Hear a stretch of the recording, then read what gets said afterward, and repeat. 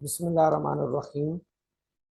आज हम जिस डिजीज़ टॉपिक को डिस्कस करने जा रहे हैं वो भी एक बहुत फेमस पैथोलॉजिकल कंडीशन है जिसका ताल्लुक आई के साथ है, यानी medical speciality ophthalmology. Ophthalmology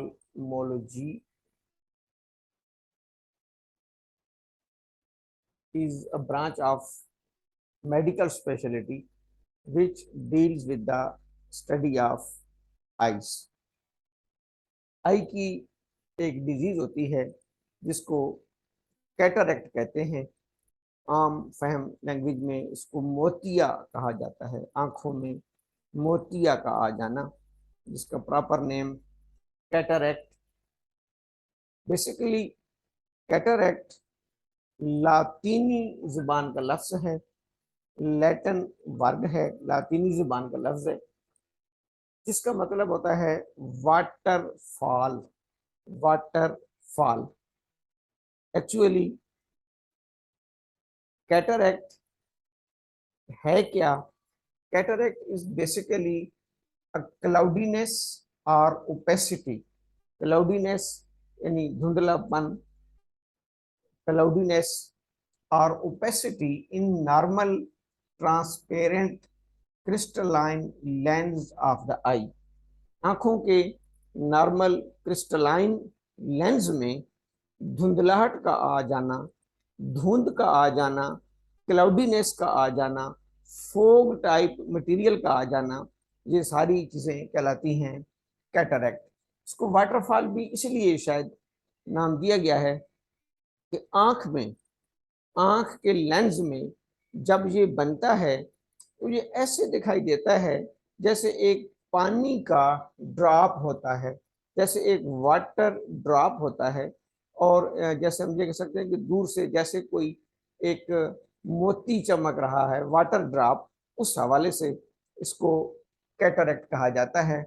proper इसकी पैथोलॉजिकल डेफिनेशन जो है, पैथोलॉजिकल डेफिनेशन वो ये है कि क्लाउडीनेस और ओपेसिटी, क्लाउडीनेस और opacity in normal transparent lens. Normal transparent lens में ओपेसिटी का आ जाना, क्लाउडीनेस का आ जाना। दिस क्लाउडीनेस में काज, इस क्लाउडीनेस की वजह से हो सकती है a disease in vision and lead to blindness. इस ओपेसिटी की वजह से, जिसमें एक क्रिस्टलाइन ट्रांसपेरेंट लेंस क्लाउडी हो जाता है, उसका रिजल्ट क्या निकलता है कि डिजीज इन द विजन, और जो विजन है वो ब्लर्ड हो जाती है। A medical condition in which the lens of the eye, a medical condition in which lens of the eye becomes progressively opaque resulting in blood vision। ऐसी pathological, ऐसी medical condition जिसमें slowly slowly, progressively आंख के अंदर, आंख के lens जो है वो आहिस्ता आहिस्ता उसके अंदर ओपेसिटी आती जाए और नतीजतन ब्लड विजन में तब्दील हो जाती है। डॉक्टर साहब, हम ये जो हमारा लेंस है, आंखों के अंदर जो लेंस है, ये बेसिकली एक ट्रांसपेरेंट बाय कन्वेक्स स्ट्रक्चर है। ट्रांसपेरेंट बाय कन्वेक्स स्ट्रक्चर जो हमारी आंख में मौजूद होता है, इसके साथ आंख के बाकी structures, cornea, iris, vitreous humour, ये 3-4 स्ट्रक्चर इसके साथ पाए जाते हैं। इसका मेन काम होता है कि ये लाइट रेज को मैनेज करके आगे पास ऑन करता है कॉर्निया और एरिस की मदद से रेटिना तक। रेटिना पर इसको फोकस करता है, रेटिना पर इन लाइट रेज को यानी रोशनी को ये lens, cornea, iris, vitreous humour की मदद से रेटिना तक भेजता है। रेटिना क्या करता है? इससे इमेज बनाता है। इमेज तस्वीर, जैसे हम कैमरे में फोटो लेते हैं, इमेज बनाता है और उस इमेज को नर्व इंपल्सिस में कन्वर्ट करता है। नर्व इंपल्सिस में रेटिना, रेटिना का एक सिरा या एक एंड ऑप्टिक नर्व के साथ अटैच होता है, ऑप्टिक नर्व के साथ। अब रेटिना ने क्या किया, उस इमेज को नर्व इंपल्सिस में कन्वर्ट करके ऑप्टिक नर्व के हवाले किया और ऑप्टिक नर्व उस इमेज को इलेक्ट्रिकल इंपल्सिस की सूरत में ट्रांसमिट करती है ब्रेन में, सीएनएस में, जहां पर हमारा विजन सेंटर मौजूद है, विजन सेंटर। और फिर वो विजन सेंटर इसको प्रोसेसिंग करके हमें बताता है कि ये पिक्चर किस चीज की है या किस शख्स की है। अगर वो हमारे पास तस्वीर पहले सेव होती है, पहले सेव होती है, तो हमारा नर्वस सिस्टम उसको प्रोसेस करके इस इमेजेस को, इस इलेक्ट्रिकल इम्पल्सेस को प्रोसेस करके कमांड जारी करता है कि ये तस्वीर मेरे पास सेव है, ये फलां शख्स की है या फलां चीज की है। अगर वो हमारे पास सेव नहीं होती, हम उसको फर्स्ट टाइम देख रहे होते हैं, तो भी नर्वस सिस्टम हमें जवाब देता है कि ये पिक्चर पहले आपके पास सेव नहीं है, इस शख्स की तस्वीर, इस शख्स को पहले आपने नहीं देखा हुआ। तो अब जो है वो हमारा सीएनएस, हमारा विजन सेंटर जो है उसको सेव कर लेगा। ये तो इसकी मुख्तसर सी जिसको हम कह सकते हैं कि फिजियोलॉजी है। एक्चुअली ये जो डिजीज है कैटरेक्ट, इसके अगर हम काजेज पे बात करेंगे, इसकी एटियोलॉजी पे, काजेज पे, जैसे हमें डेफिनेशन तो समझ आ गई और इसकी एटमोलॉजी भी समझ आ गई कि ये कैटरेक्ट का लफ्ज, it is derived from the Latin words cataract meaning waterfall with the condition possibly therefore named after the white appearance। जैसे मैंने कहा ना, ये सफेद सफेद स्पॉट नजर आता है, white appearance of rapidly running water, इस वजह से इसको कैटरेक्ट कहा जाता है। आम फैम जुबान में इसको मोतिया कहा जाता है। प्रॉपर इसकी definition, it is a medical condition in which the lens of the I becomes progressively OPEC. Slowly slowly, Aahista Aahista lens धुंधला होता चला जाता है और रिजल्ट क्या निकलता है, ब्लड विजन। अब हम इसके टाइप्स की अगर बात करें, टाइप्स की या काजेज की, टाइप्स ऑफ काजेज जिसको हम काजेज कह सकते हैं, अगर हम इसकी काजेज की बात करें, generally there are two main causes of cataract. तो कैटरेक्ट के दो मेन काजेज हैं। Generally there are two main causes of the cataract. एक को कहा जाता है कंजेनिटल काजेज, कंजेनिटल कॉजेस, और दूसरे को कहा जाता है एक्वायर्ड, एक्वायर्ड। मेन कैटरेक्ट की एटियोलॉजी को, काजेस को हम दो कैटेगरीज में क्लासिफाई करते हैं, कंजेनिटल और एक्वायर्ड। जैसे नाम से जाहिर है, कंजेनिटल काजेस वो काजेस होते हैं जो कोई भी शख्स इस दुनिया में शिकम मादर से अपने साथ लेके आता है, जिसमें कोई भी शख्स इस दुनिया में उन डिफेक्ट्स को, उन काजेस को, उन पैथोलॉजिकल कंडीशंस को अपने साथ लेके आता है, यानी since birth. In other words it is called since birth.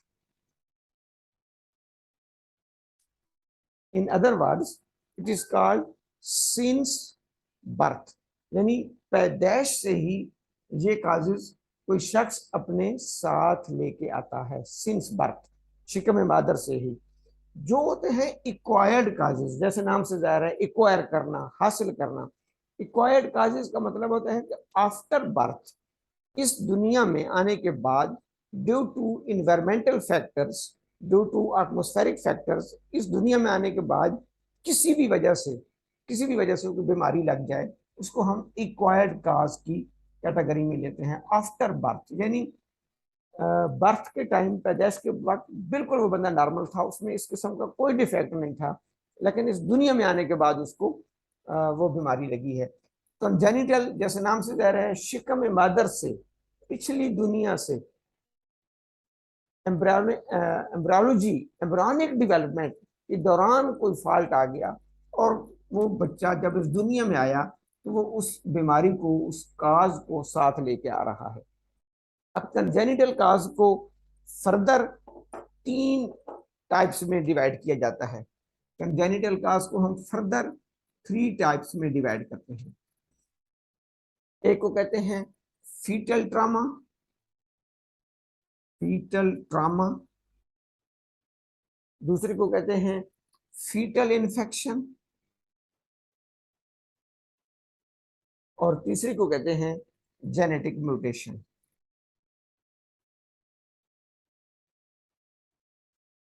Congenital में मेनली 3 किस्म के चांसेस हैं कि या तो वो बच्चा जब इस दुनिया में आ रहा था तो ड्यूरिंग बर्थ, बर्थ कैनाल में, जो बर्थ कैनाल है, विजाइनल कैनाल है, माँ की शिकम मदर से आ रहा था, तो उसको कोई चोट लगी, किसी इंस्ट्रूमेंट ने हिट किया ड्यूरिंग द डिलीवरी, जैसे मुख्तलिफ इंस्ट्रूमेंट्स यूज किए जाते हैं बिलखसूस वाया विजाइनल डिलीवरी या किसी भी तरीके से, तो उसमें उसको कोई डिलीवरी के दौरान, पार्चुरेशन के दौरान कोई चोट लगी, या हो सकता है शिकम मदर में भी कोई चोट लग जाए, माँ को कोई चोट आई, उसके असरात उस पर आए। दूसरा काज है फीटल इन्फेक्शन। जब वो शिकम मदर में था तो माँ को मुख्तलिफ किस्म की इन्फेक्शंस की ज़्यादा में थी, जैसे आजकल अक्सर हम देखते हैं कि प्रेगनेंसी से पहले या ड्यूरिंग प्रेगनेंसी एक टेस्ट मोस्ट प्रोबेबली गायनेकोलॉजिस्ट कराती हैं, जिसको टॉर्च प्रोफाइल कहा जाता है। Torch profile, toxoplasmosis, rubella, cytomegalovirus और हर्पीज वायरस। तो ये 4 या 3 किस्म के viruses, toxoplasmosis, rubella virus, cytomegalovirus और ह्यूमन हर्पीज वायरस, इन इनकी या इनके अलावा शिकम मदर में जब इंसान है तो कोई भी माँ किसी इन्फेक्शन का शिकार हो जाती है और उस इन्फेक्शन के असरात इस फीटस पर भी आए तो उसकी वजह से भी कैटरैक्ट हो सकता है। यानी कंजेनिटल कैटरैक्ट में फीटस को ट्रॉमा लगा, चोट लगी, फीटस किसी इन्फेक्शन में मुलवस रहा, या तीसरा है genetic mutation. Genetic mutation inheritance भी हो सकती है कि वो नस्ल दर नस्ल फैमिली में वालदैन में कोई ऐसा जीन्स था, कोई ऐसी जेनेटिक म्यूटेशन थी कि जिसकी वजह से इसका लेंस खराब हो गया। ये इसको हम कहते हैं कि विरासती तौर पर ये बच्चा अपने साथ ये बीमारी लेके आया है। तो यूं कंजेनिटल काज में हम इसको 3 मेजर पोर्शन में डिवाइड कर रहे हैं। Foetal trauma, during the delivery, during the parturition बच्चे को चोट लग जाए, फीटल ट्रॉमा, फीटल इन्फेक्शन, या माँ प्रेगनेंसी के दौरान किसी किस्म की इन्फेक्शंस का शिकार रही है और वो इन्फेक्शन बच्चे में ट्रांसमिट हुई है और इसको कैटरैक्ट हुआ, या कोई genetic mutation during embryonic development, कोई जीन, किसी जीन्स की म्यूटेशन हुई है, या वो विरासत से ही, वालदैन से ही, फैमिली से वो म्यूटेटेड जीन लेके आ रहा था। इसके साथ अब हम आते हैं इक्वायर्ड काजेस पे। इक्वायर्ड काजेस ये तो थे कंजेनिटल काजेस। अगर हम इक्वायर्ड काजेस की बात करते हैं तो इक्वायर्ड काजेस में जो ट्रॉमा, कैटरैक्ट का एक मेजर काज है और यंग एज में है, दैट इज ट्रॉमा। वो तो था ना फीटल ट्रामा। फीटल ट्रामा ये था कि ड्यूरिंग द डिलीवरी शिकम मदर में कोई चोट लग जाए, ये ट्रामा है इस दुनिया में आने के बाद। ट्रामा और injury is the common cause of cataract which is called traumatic cataract. अगर ट्रामा की वजह से कैटरैक्ट होगा इसको हम कहते हैं ट्रॉमेटिक कैटरैक्ट। वेरियस मैकेनिकल और इलेक्ट्रिकल इंजरीज, तो बंदा वेल्डिंग का काम करता है, कोई इस किस्म की चीज अंदर चली गई, कोई टॉक्सिन एजेंट अंदर चला गया, किसी चीज की चोट लग गई, यानी कि ट्रॉमा। दूसरी वजह, बड़ी वजह का है विटामिन डेफिशिएंसी। Vitamin deficiency. अब विटामिन डेफिशिएंसी में आम मोस्ट प्रोबेबली जो हमारी आंख और विजन के साथ जिस विटामिन का लिंक है, that is vitamin A. Vitamin A, अगर विटामिन ए की डेफिशिएंसी है तो vitamin A, as we know that vitamin A में also help to protect against eye infections. Some studies suggest that diets high in vitamin A may be associated with a reduced risk of cataract. यानी vitamin A जितनी diet में बेहतर होगी उतना cataract के chances कम हो जाते हैं, और जितनी विटामिन ए की डेफिशिएंसी होगी तो एक्वायर्ड काज में दूसरा बड़ा काज है कि वो कैटरेक्ट काज कर सकता है। तीसरा काज है रेडिएशंस। रेडिएशंस शुआएं, cataracts induced by ionizing radiations, for example x-rays, gamma rays, इस किस्म की जो है ना अल्ट्रावायलेट रेज, मुख्तलिफ रेडिएशन की वजह से भी आंख का लेंस मुतासर हो सकता है और कैटरेक्ट हो सकता है। अभी तक हमने 3 इक्वायर्ड काज को डिस्कस किया है। ट्रॉमेटिक कैटरेक्ट, ट्रॉमा की वजह से कैटरेक्ट हो जाना, विटामिन डेफिशिएंसी, विटामिन ए की डेफिशिएंसी, या फिर रेडिएशंस, शॉ की वजह से जो है वो कैटरेक्ट का हो जाना। सबसे जो बड़ा काज है, सबसे बड़ा most important cause, that is age. Age factor, senile cataract, age factor. Senile cataract is an age-related vision impairment disease characterized by gradual, progressively clouding and thickening of the lens of the eye. आई के lens का gradually, progressively thick होते चला जाना और OPEC होते चला जाना, उसके अंदर ओपेसिटी का आना, उसके अंदर क्लाउडीनेस का आना, progressively with the passage of time. अच्छा, पहले जो काज पढ़े हैं ना हमने, ट्रॉमा और बिलखुसूस रेडिएशंस, इनमें कोई एज का कोई जो है ना वो फैक्टर नहीं हो सकता। हो सकता है यंग बंदे को चोट लग जाए और कैटरेक्ट हो जाए, यंग बंदे में विटामिन ए की डेफिशिएंसी आ सकती है। लेकिन अगर ये काज ना हो तो एक्वायर्ड काज में, यानी इस दुनिया में आने के बाद, एज बजाते खुद, क्योंकि हर सेल पर एजिंग इफेक्ट हो रहा होता है। हमारी बॉडी का सिर्फ सिर्फ लेंस नहीं, हमारी बॉडी का हर सेल एजिंग इफेक्ट की जद में होता है। जो जो हमारी एज प्रोग्रेस करती है, हमारा जो सेल हैं, हमारे टिश्यूज हैं, हमारी आर्टरीज हैं, हमारी वेन्स है, वो थिक होती चली जाती हैं। कहीं पर आपने देखा होगा आर्टेरियोस्क्लेरोसिस आ रहा होता है, किसी जगह पर जो है ना वो फैटी चेंजेस आ रही होती हैं। तो एज फैक्टर भी कैटरेक्ट में मोस्ट मोस्ट कॉमन फैक्टर है। It is the world's leading cause of treatable blindness. लेकिन ये ट्रीटेबल है क्योंकि आप लेंस को रिप्लेस कर लेते हैं। It is the world's leading cause of treatable blindness, है भी बहुत ज्यादा लेकिन ट्रीटेबल भी है।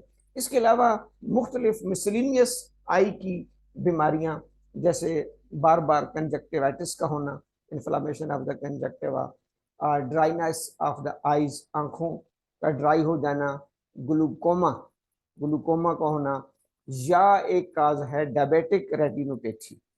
डायबिटिक रेटिनोपैथी,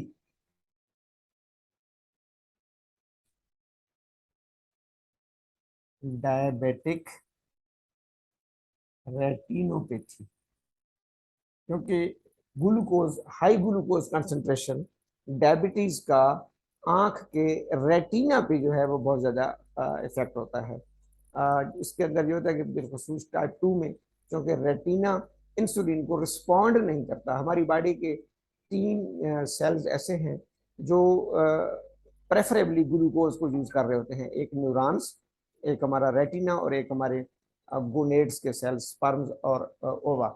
तो यहाँ पर अगर ग्लूकोज कंसंट्रेशन हाई है, पेशेंट डायबिटिक है और उसका रेटिना इंसुलिन को रिस्पॉन्ड नहीं कर रहा, insulin retina is unable to respond the insulin, so that's why retina does not utilise the glucose as source of energy. तो वहां पर डायबिटिक रेटिनोपैथी आ जाती है। डायबिटिक रेटिनोपैथी जैसे ग्लूकोमा है, इंट्राकुलर प्रेशर रेज हो जाता है, ड्राइनेस ऑफ द आईज है, रिपीटेड कंजक्टिवाइटिस है, तो ये तमाम इक्वायर्ड काजेज में फॉल कर रहे होते हैं। इस कैटरेक्ट के पार्ट 1 में, पार्ट 2 को हम नेक्स्ट सेशन में रखेंगे। पार्ट 1 में हमने इसके एटोमोलॉजी पढ़ी कि लफ्ज कैटरेक्ट का क्या है, कहाँ से आया है, लातीनी जुबान का लफ्ज है, इसकी पैथोलॉजिकल मेडिकल डेफिनेशन क्या है, इसके काजेज क्या है। काजेज में हमने 2 काजेज को डिस्कस किया है, एक कॉन्जेनिटल को और एक एक्वायर्ड को। नेक्स्ट उसमें इंशाल्लाह हम इसकी टाइप्स और मैनेजमेंट पे बात करेंगे। Thank you, वस्सलाम।